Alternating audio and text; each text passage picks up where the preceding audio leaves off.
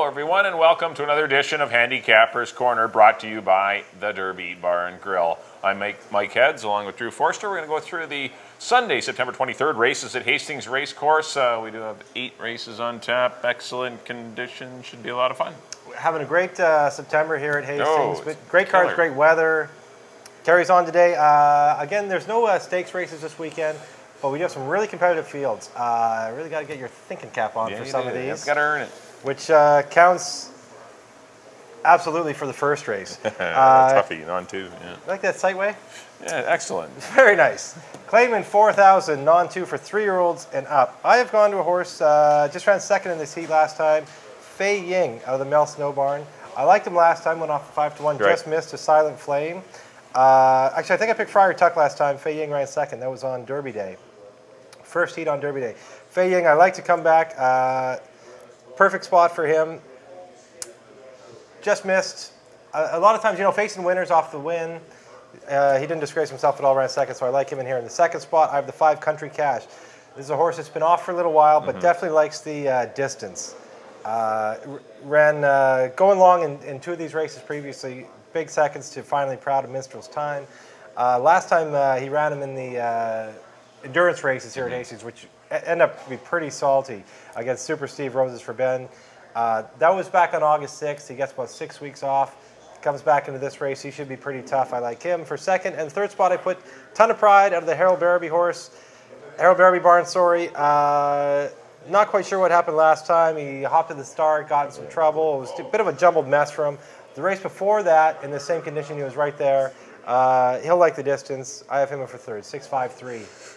Yeah, I like the 5-horse Country Cash. I think this is the horse to beat. I think he's the best horse by a mile in here, actually. I like him a lot. I know Reyes is on the 6, but Pedro won on this horse. The Country Cash was ran against some tough marathon horses last time. 2 starts back, just was a victim of a slow pace behind Minstrel's Time. Still came rolling at the end of that race. I've been really impressed with Country Cash ever since stretching out. I like this horse. I put the 6 Fei Ying in for second. Someone's got to run second. He's been good since stretching out. 2 races going long, had a win in a second, so you can't fault him too much. Last race was just okay against Silent Flame, but still, he's a horse moving forward, and that's a good thing. And I put the 4-horse Andrell, recent maiden score. This horse is in top form as well. I know it's been against maidens, but still a horse I think this horse could take to a distance of ground. We'll see. I like him in for third, but I definitely like the 5-horse Country Cash. I went 5, 6, and 4. On to the second race. Got some maiden 2-year-olds here. Fillies, 20,000 claiming, going 6.5 furlongs. I'm going to land on the probable favorite, number 3, Always Red on Sunday.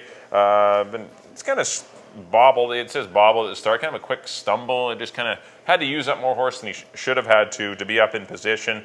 Close to Courtroom Kiss, who's a pretty nice filly in the William Levanway barn. This horse gets blinkers today. I just like, there was a lot of activity in August for Always Red on Sunday. I like the 3 weeks in between races. Not a big filly at all, so maybe there was just too much racing, 3 races in 25 days, and just kind of stumbled and then emptied out. I just think this horse at this level is going to be really dangerous. I put the 2-horse Medaya. I'm going to give this horse a shot. No threat 5th, but did have the 9-hole last time again in that same Courtroom Kiss race. Actually finished just a length behind Always Red on Sunday. I think this filly could improve. I don't mind Medaya at all with a better draw, and I put the 4-horse Knickers in the mix as well out of the Dino Condolinios barn. Blinkers on today. So another horse with a good chance. But I like the 3 a lot here. I went 3, 2, 4. I agree with you on the 3. I think the 3 is a standout. Beyond that, it kind of gets jumbled. I had trouble figuring out who's going to end up below Always Red on Sunday, but I really like Always Red on Sunday.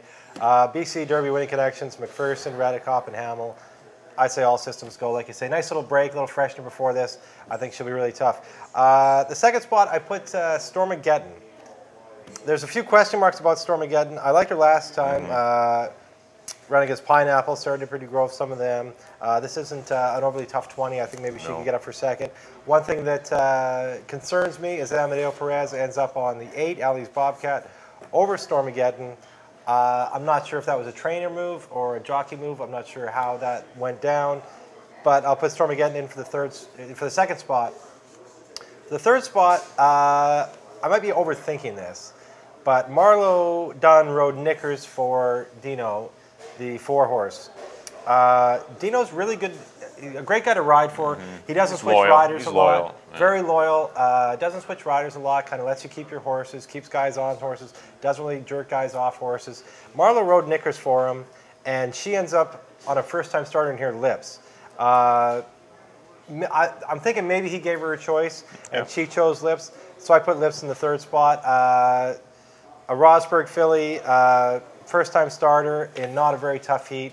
So I put Lips in for third. 3, 7, and 6. Don't leave the 9-horse out either. Till the Victory. Bruce Enelund, a very capable That's another one I looked. Yeah. Jose Tapia, he's a good rider. Does a lot of work on the backstretch. You know, but this horse has got some nice work. He'll know the horse well. Storm Victory. So this is another one that you might want to look at in the paddock. The 9-horse. Especially in a race that beyond the 3 is pretty wide open. You're right. After the 3, it's kind of you're trying to make a case for certain horses. So not a lot of form to go on here, but we definitely agree on the 3-horse. Yeah. On to the third, Fillies and Mares, claiming 7,500 non-2, non-3 BC bred. I see this as an absolute 2-horse race between Danny's Chant the 8 and the 5 Tigress Lily. I think they're quite a bit ahead of everybody else. Excuse me. I ended up going with the 5 Tigress Lily. I know she's ended up behind Danny's Chant. They've traded place a few times. Last time she was behind Danny's Chant. Tigress Lily gets her old friend Amadeo Perez, who was aboard for her 2 of her better races, her win, and her second at the 17.5 level. He reunites with her down at the 7,500 level. I'll give her the nod on that. Marlo Dunn picks up the mount for recently departed Enrique Gonzalez, who has left for visit his family in Mexico. So Marlo Dunn, very capable, picks up that one on Danny's Chant. And I see it those 2. Beyond that, I threw in Who's Cash, Bill Connick's horse. Another one dropping out of that 17.5 down to the 7,500, same condition. Just got to be a couple legs by Mercado and Tigress Lily, Lemon Loaf, who came back to win at this level. So I put Who's Cash in for third, but it's definitely 5-8 for me on top. 5-8-3. I have the same 3 horses, but I went to the 8 Danny's Chant. Not a strong pick, but I think it's one or the other. Yeah, a horse that's going to get the lead to herself. It's going to have every chance to win the race. Going to get to dictate the tempo. Look at a race last year, September the 2nd. This horse did almost win going long, so at least you have some indication that the horse will be able to handle a mile on the 16th. The 5 Tigress Lily has always been dangerous going long, but I put the 3-horse Who's Cash in for second. I like this horse. This horse wasn't disgraced behind Mercado and Tigress Lily. Kind of got stuffed in behind a slow pace and kind of didn't get the best of trips. Frank Fuentes will ride. I liked a couple of its runs. That second behind Queen's Vicar I thought was pretty good in a tough 17.5. Big class change for Who's Cash, and I think she will too will be part of the mix. So I went 8, 3, and 5. I think we agree, and those are the 3 horses in the third race. On to the 4th race, maiden 3 granders. Colts and Geldings here going 6.5 furlongs. I've gone to the 8-horse, Nelly's Trick. I had a lot of trouble with the race, obviously. I want to find a horse that's going to get near the lead. Next, we have one filly in here in Moonlighter. But I just think Nelly's Trick might be able to find his way to the front. And that's where you want to be in a 10-horse field. And not many of these horses like the pass horses. This maiden 3 grander come up very soft. Yeah. And Nelly's Trick, I know he's had a lot of chances. But at least this horse has have one redeeming quality, and it's speed, and it's might be enough to get him at a big price, close to the winner's circle. I put the 9-horse Spark in the Dark in for second. He's coming back on short notice, just back in 8 days. But this horse kind of got squeezed away from the gate a bit. Didn't get any position. Ran a no threat 6th. But 2 starts back was a pretty good third to Kumo. I know the time wasn't great, but still. You got to be creative in races like this. That's a good race, a third and 121 at this level, because this is not a tough race. That's also when the track was playing a little slower. Yeah. That mid to late August, the track was a little bit slower at those times. So when you look at those times, they're not. It's a little misleading that it's probably a little. Maybe it's like a second more than they were previously to that. And I put the 6-horse Two Hawks in for third. Pardon me, ran second with Reyes on last time, and that's good enough to get this horse in the mix. I just didn't see the inside 5 horses being able to do anything. I guess I could have made a case for Gilker's Red Card, the 7, but I didn't. But that would maybe be the 4th horse. But I think the competition is between the 6 through 9. But I did go 8, 9, and 6. I went with the 6. Good friend of the show, Joanne McDonald. Yeah, hard-working girl. Yeah, hard-working girl. She's worked around the racetrack for years. She repairs tack. One of those great racetrack people that's at every track. Kind of a lifetime worker there that does a lot of jobs. Great girl. She always has a horse. This is her horse this year. I got 2 Hawks on top for Joanne. Reyes just missed to Kumo last time. An effort like that, again, I think puts him in the winner's circle. The second spot I put Red Card, horse you just mentioned, of the Rob Gilker barn. Not a whole lot so far. I'm going on the connections here. Yeah, there's nothing. There's a soft race. His race is weak. This is one of the tougher ones to look at all weekend long. I look at a lot of different ways. Tough to come up with a winner in this one, perhaps. But I went with Red Card just because Amadeo Perez, Gilker are batting almost 40% together this year. Thank you, Herbie D. Yeah, Herbie That's D, a lot of it. Yeah, Herbie D has remarkably helped the great. stats. But for those reasons, pretty much alone. Yeah. And lightly raced, only 2 starts. You know, he's not a 10, 15-time maiden, so what the hell, I put him in for second. And the third spot, Spark in the Dark, Marlo Dunn, Frank Barabee together. Horse has kind of been in the mix, and some of these just got beat a length 2 back. Was behind 2 Hawks in that race, so put the 9 in for third. As Mike mentioned, 6, 7, 8, 9. Those are the kind of the horses. Those are kind of the horses. Yeah, you're looking at a they play all 4 of them in the rapidly challenged last leg field of here, early pick 4. On to the 5th. A little bit different category here. Maiden special weights for 2-year-olds. Now we're talking. This is a great maiden special weight race. Great. Really accomplished horses for a maiden special weight. It's going long, which is kind of cool too. 1.16 for 2-year-olds. I went to the 2 Step Up. I think he's a standout in here. 2 straight runner-up efforts to Proud Victor, who's easily the best 2-year-old in the grounds here at Hastings. He's going to be the top 2-year-old. He'll get the trophy at the end of the year. Step Up has been his bridesmaid twice. No Proud Victor in here. I see no reason why this horse can't win today. I have him on top. The second spot, I put a horse just finished behind a horse we talked about on yesterday's card, Tracker, North Pacific. He's gotten some trouble both his starts for trainer Len Kazmersky, last year's BC Derby winner. The clean trip today, he's maybe the one horse that could upset Step Up. I don't know if he can, but I have him in the second spot. In the third spot, I put Rob Van Overshot's Regal Legacy. Another one's been knocking on the door. Ran second to really nice Tiggertown of the Greg Tracy barn. Then came up and ran third behind Step Up and Proud Victor. He's going to be in the mix here too in a wide.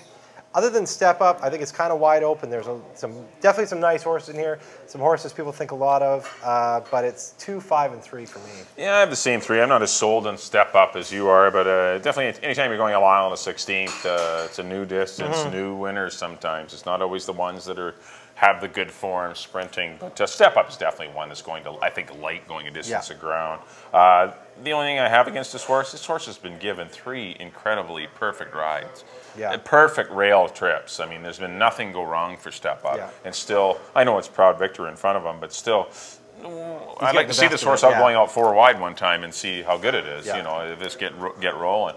But Step Up's a pretty nice horse, and back in against maidens after running in some restricted stakes races. Got to like him to win it. Put the 3 Regal Legacy, followed Step Up on the inside in the Jack Diamond Futurity, so he benefited from a good trip as well. I think he'll like the stretch out, as will the 5-horse North Pacific, as you mentioned. A distant second to Tracker, but I think he may be the one. He might be the. I probably should have put him on top, the 5-horse North Pacific, because he's the one that may appreciate the extra ground. Might flash a little more speed. Step Up has no speed.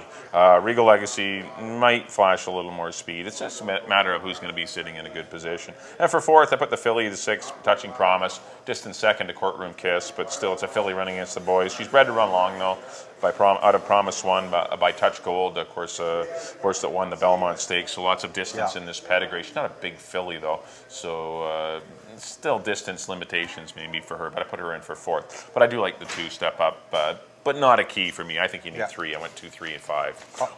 Also, just a quick mention to the Felicellos. They have the 9 and 10 horses. Nice draw. Yeah, nice draw for post draws. 2 horses they paid a fair bit of money for out of the BC sale. So they may move up on the distance they change can move up as well. So as I said, distance really dictates who wins. Not good form at sprinting. So definitely things change at a mile and 16. Mixes it up a little bit. On to 6th race, another 3-page event here. Yeah. 11 full field of 11, going a mile and the 16th. 5,000 claimers that haven't won since July 23rd. I'm going to go with the 7, Finally Cruising. Just ran last weekend, was claimed.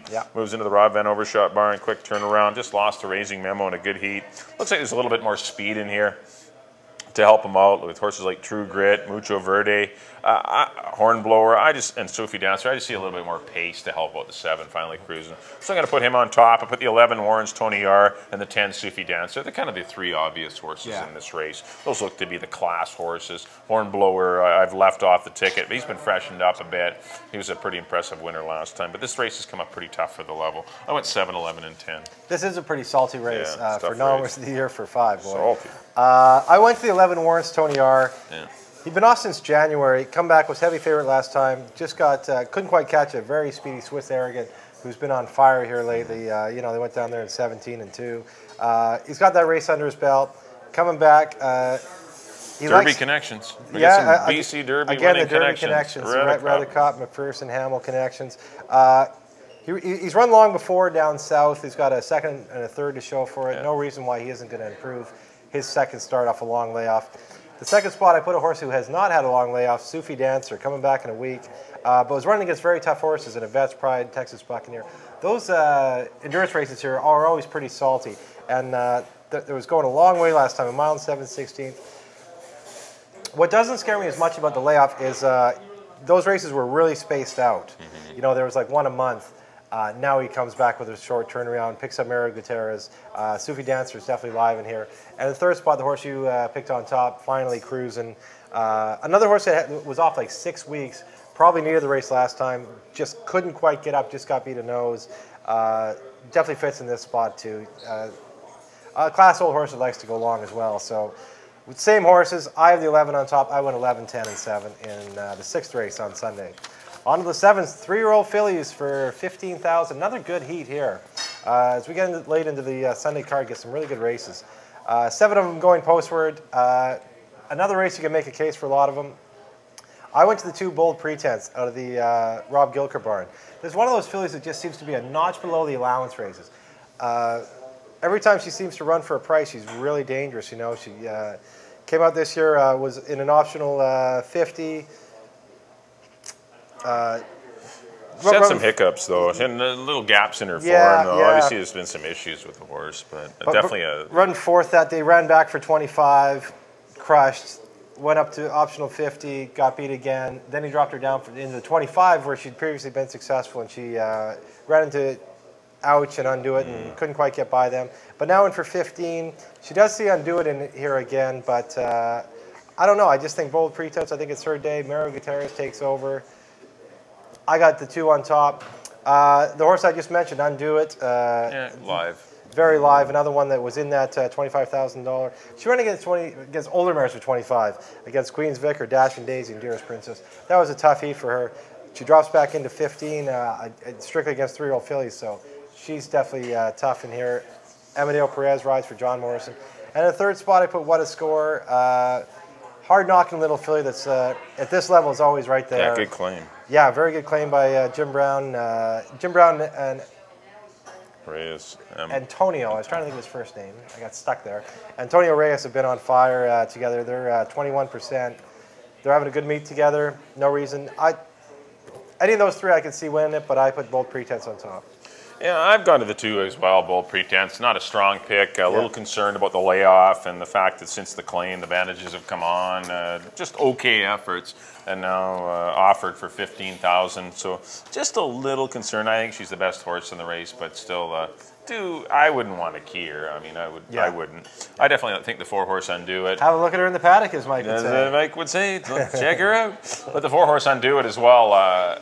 This horse has been pretty live sprinting. If you look at her 2 runs this year going along, they have not been very good. Just when she's sprinting, she's good. When she routes, she's no good. So keep her sprinting, and she's back in going 6.5 furlongs with Amadeo Perez. I think Undo It will be dangerous coming from off the pace. And I give the 3-horse Clarice B a shot. I thought I was pretty impressed with her win last time. That wasn't a tough non-winners a 2 for 17.5 or 15,000, but still, I like the way she did it. She didn't get the best of trips. Yeah. She was in a kind of an uncompromising position and still managed to fight adversity and go on and win quite comfortably. So I just think there was more in the tank there. And I guess What a Score in for 4th, but I like 2, 4, and 3. Just a race, I think you should go 3 or 4 deep though in the late pick 4. Yeah, you wouldn't be wowed if any of those. No, it's a tough race. Yeah. I mean, Bold Pretense, question marks surrounding her. Anytime you're off 2 or 3 months, or it's what's going on? Like, you don't know for sure how if this horse is going to surface with one of those $25,000 or $50,000 top performances that she was showing earlier this year.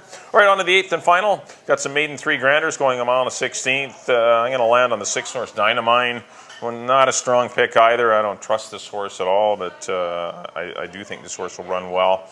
Amadeo Perez rides for William Levanway. They've had a great campaign together.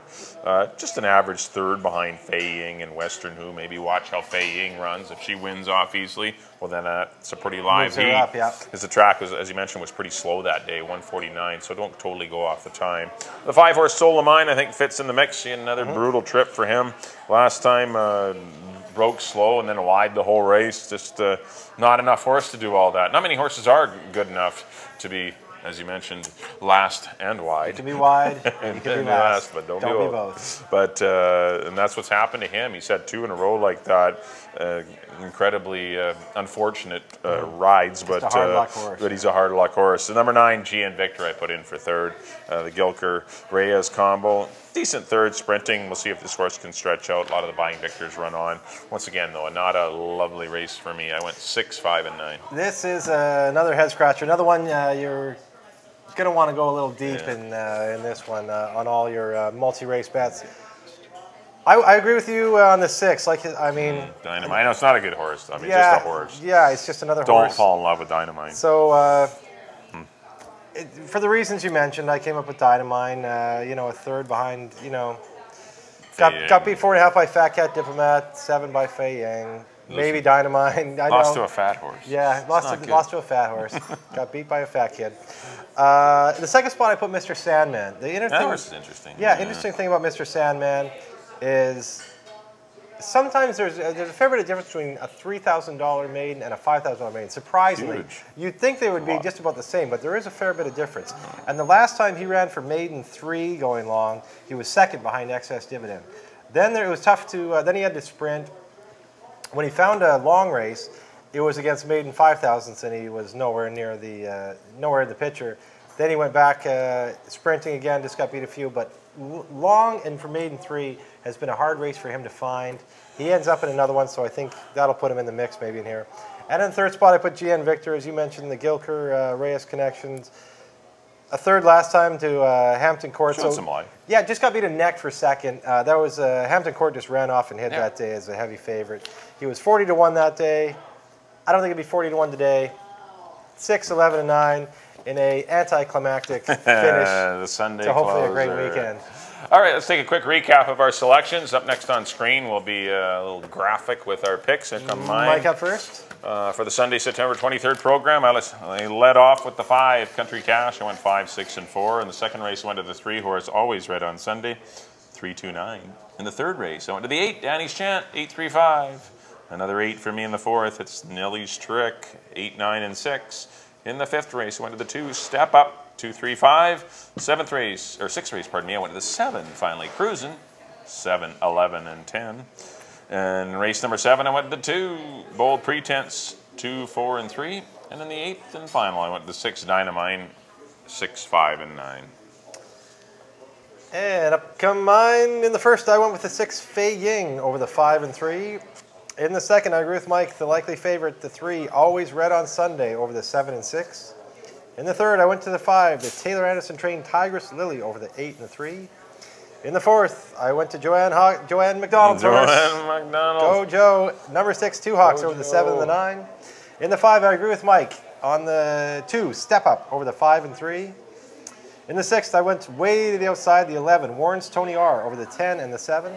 In the 7th, I agree with Mike on number 2, Bold Pretense, over the 4 and the 7. And in the nightcap, I agree with Mike again on number 6, Dynamine, over 11 and 9. Well, that'll do it for the Sunday, September 23rd edition of Handicappers Corner. I'd like to thank everyone for tuning in. We wish everyone lots of luck in your wagers this weekend. We look forward to seeing you the following week when racing resumes on the Saturday. Once again, we're on the two-day-a-week schedule. The Saturdays and Sundays, our next races will be Saturday, September 29th and September 30th. So on behalf of Drew, I've been Mike. Once again, thanks for tuning in today. We'll see you next time here on Handicappers Corner from the Derby Bar and Grill.